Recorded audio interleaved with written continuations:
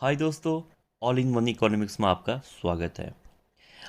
आज स्पेशली मैं आप लोगों को थैंक्स कहना चाहता हूँ जिन लोगों ने मेरा चैनल सब्सक्राइब किया। कल मैंने आप लोगों से रिक्वेस्ट की थी कि प्लीज़ आप मेरा चैनल सब्सक्राइब करें, क्योंकि मुझे मोटिवेशन मिलता है एक नया क्वेश्चन बनाने के लिए।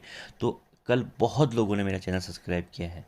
मैं आप लोगों से और रिक्वेस्ट करता हूँ, जो भी मेरा चैनल देखता है, आप प्लीज़ इसके सब्सक्राइब करें और एक बेल आइकन में क्लिक करें। मैं आपको हर वह टिपिकल क्वेश्चन का स्पष्टीकरण आप लोगों के सम्मुख प्रस्तुत कर रहा हूँ जिसमें आपको परेशानी हो रही है, और कई इंस्टीट्यूट इन क्वेश्चनों का आंसर गलत दे रहे हैं।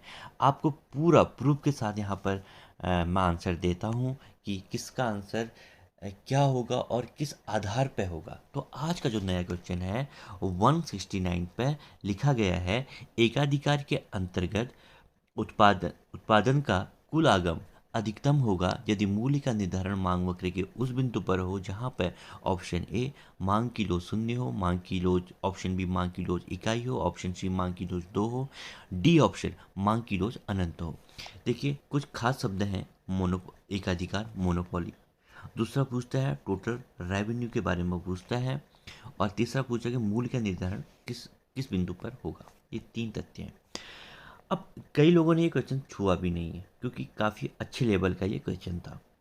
अब कुछ लोगों ने इस क्वेश्चन को सॉल्व भी किया है, कई लोगों ने काफ़ी टाइम लगाया होगा और कुछ का आंसर निकाला होगा, और कुछ लोग ऐसे होंगे जो जल्दबाजी में इस क्वेश्चन को कर गए। एकाधिकार सुनते ही आदमी ऑप्शन देखने लग जाता है कि कहीं मांग की लो शून्य तो नहीं है। और ये क्वेश्चन काफ़ी रिपीटेड क्वेश्चन होता है कि एकाधिकार में इलास्टिसिटी ऑफ डिमांड, मांग की प्रतिलोज क्या होती है। तो एकाधिकार में मांग की जो प्रतिलोज होती है वो शून्य होती है, और यही ऑप्शन देख के आदमी टिक कर जाता है। और यही अदर इंस्टीट्यूट ने किया। उन्होंने भी एकाधिकार के अंतर्गत आगे का जो जो क्वेश्चन है उसको पढ़ने की कोशिश ही नहीं की है।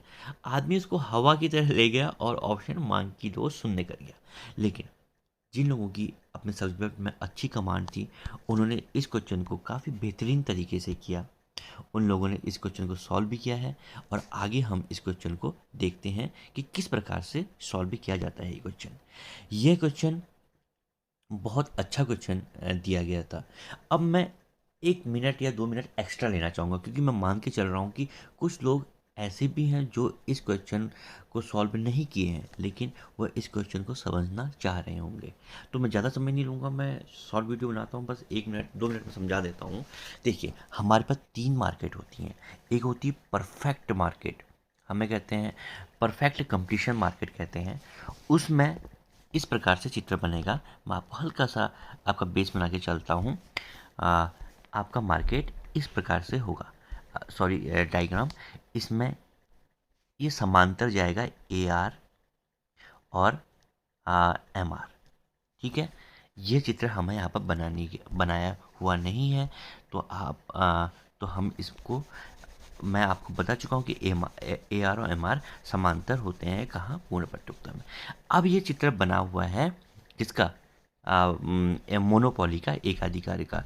अब हमारे पास 2 मार्केट और बचते हैं, जिसमें हम देखते हैं कि एक मार्केट होता है हमारा मोनोपोलिस्टिक, और एक होता है मोनोपोली। अब देखिए, एक होता है एकाधिकार, जिसको हम कहते हैं मोनोपोली। दूसरा होता है एकाधिकारात्मक, धिकारात्मक, जिसको हम कहते हैं मोनोपोलिस्टिक। मोनोपोलिस्टिक। अब ये 2 मार्केट हमारे पास होते हैं, और इन 2 मार्केट में जो डायग्राम बनता है वो अधिकतर हमें देखने में एक जैसा लगता है, लेकिन थोड़ा सा अंतर है। मैं आपको जल्दी से आपको बता देता हूँ कि क्या अंतर इस मार्केट में हमें दिखता है। ये, क्या अंतर हमको देखने को मिलता है। यहाँ पर हम देखेंगे, मैं इसी चित्र में आपको समझा देता हूँ कि क्या अंतर होता है। देखिए, होता ये है कि अगर हम ये मोनोपोली का चित्र बनाया है, जिसमें हमें यहाँ पर ए आर दिखाया गया है।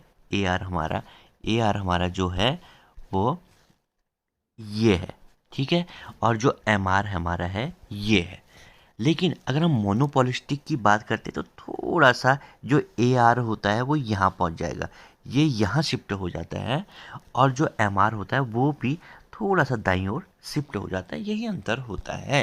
ये उन लोगों के लिए है जो इस वीडियो को, जिस क्वेश्चन को सॉल्व करके नहीं आए हैं लेकिन वह जानना चाह रहे हैं कि क्या अंतर होगा। अब हम अपने क्वेश्चन में आते हैं। मैंने आपसे सिर्फ 2 मिनट मांगे थे, वो आप मैंने अपने ले लिए। अब मैं इस क्वेश्चन की बात करता हूँ। अब इस क्वेश्चन में वो क्या कह रहा है देखिए। अब वो इस क्वेश्चन में कह रहा है कि जब टीआर टोटल रेवेन्यू अधिकतम होगा। अब टोटल रेवेन्यू कहाँ पर अधिकतम है? एच पॉइंट पे। जो हमारा टोटल रेवेन्यू है वो हमारा कहाँ पर अधिकतम है? एच पॉइंट पे। ये एच पॉइंट पर हमारा टोटल रेवेन्यू है, अधिकतम है। और इस टोटल रेवेन्यू की बात कर रहा है वो कि जब कुल आगम अधिकतम होगा यदि मूल्य का निर्धारण मांग वक्र के किस बिंदु पर होगा। उसने सीधी सी रेखा पर बताया है। जब टोटल रेवेन्यू अधिकतम होता है तब एकाधिकार में इलास्टिसिटी ऑफ डिमांड क्या होती है?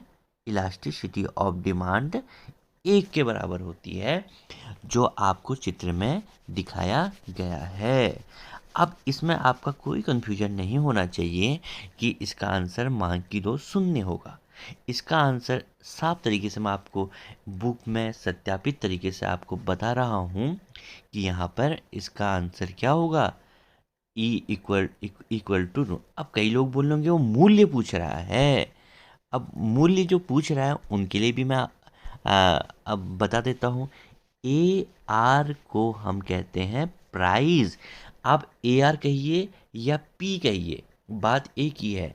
जो हमारी ए आर लाइन होती है जिसे हम ए आर कहते हैं, average revenue. Average revenue equal to होता है, आप एवरेज रेवेन्यू इक्वल टू होता है प्राइस। ये एक हमारा कॉन्सेप्ट हमें पता रहता है कि हम ए आर को पी कहते हैं। तो उसने यही तो क्वेश्चन हमको पूछा है कि मूल्य का निर्धारण किस पॉइंट पर होगा। मूल्य का निर्धारण उस पॉइंट पर होगा, नहीं सॉरी, टी आर अधिकतम जब होगा तो मूल्य का निर्धारण उस बिंदु पर होगा जहां पर इलास्टिसिटी ऑफ डिमांड 1 होगी। आशा करता हूं आप लोगों को ये क्वेश्चन समझ में आया होगा। और इसी प्रकार से कुछ अन्य क्वेश्चनों पर भी आपका डाउट है तो आप वह क्वेश्चन को मुझसे पूछ सकते हैं। जहाँ तक मैं मानता हूँ वह क्वेश्चन मैं सभी आपको समझा चुका हूँ जिसमें आप लोगों को कन्फ्यूजन था। तो यह तो आप अपने कमेंट करिए, इस वीडियो को शेयर करिए और लाइक करिए। Thank you